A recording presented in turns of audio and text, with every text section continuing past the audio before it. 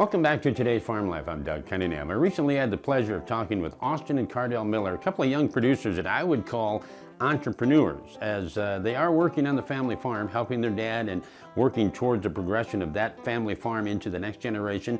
In the meantime, they had a neighbor, an opportunity as they call it, a neighbor that wanted to step into retirement and was looking at the two young guys as maybe they wanted to start their own operation. So they seen the opportunity, so they jumped on it.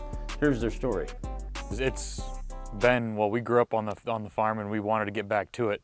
I've wanted to get back to it. I work in town and I have younger siblings, so I didn't get the first shot getting at the farm. And I've always wanted the opportunity, and we've always wanted to come back. And we've looked and looked, and like my brother said, we've kind of put the bug, I guess, in their ears around, but we've looked and looked. I've wanted the opportunity to come back. We've looked and looked for it for a while.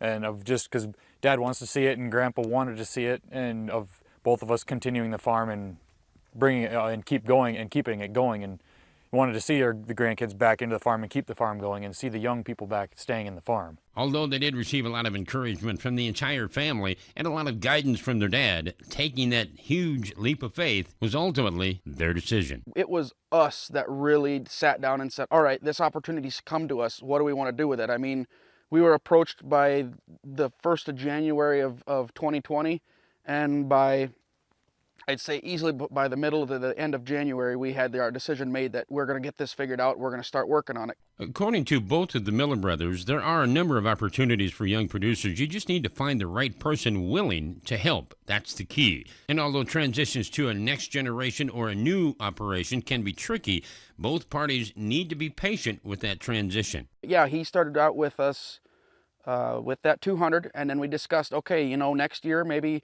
if we feel comfortable, let's tackle another 200, or let's tackle another 300, or, you know, slowly work us in, but yet have himself enough to sustain to make his financials meet, but then help us get into it, and then, you know, eventually start talking about livestock. It's all a learning curve. I mean, you might have an answer, I might have an answer, but it's all learning, you know, and as long as we've got somebody who maybe has a little bit of an idea, like Dad, that helps tremendously. Brothers or not, this venture has really taught Austin and Kardel, two brothers, that it is business. It's all business. It's really about getting over it and getting along if they want to move along. We don't always get along. It's not always the greatest, but in the end of it's looking at the bigger picture of things. We may be mad at each other for a month, but it's more or less looking at what we want to achieve in the end. It's what we want. If we want to keep it going and keep the farm together and keep everything working how it has been for years, I think we could just bite the bullet and deal with it. If we're going to be mad at each other, we can just get over it, more or less. You got to make it work. You got to look at the bigger picture to see what's going to be the end goal here. If we stay mad at each other, is it going to work? Are we going to be able to keep the farm going? Are we going to be able to do any of this? And really, we won't. If we start getting arguing and mad and turn out like that, it just won't happen. Simple as that. A couple of young producers, entrepreneurs, or you could actually call them entrepreneur producers, however you want to say it, but a couple of guys taking a leap of faith in today's world of craziness that we got going on, taking that leap of faith, trying to carve out their own little piece of the American dream. Hats off to you guys. Hey, thanks for joining us here at Today's Farm Life. Be sure and like us and follow us on our page. Follow us at todaysfarmlife.com. Got story ideas? Get a hold of us at todaysfarmlife@gmail.com. Until next time, I'm Doug Cunningham.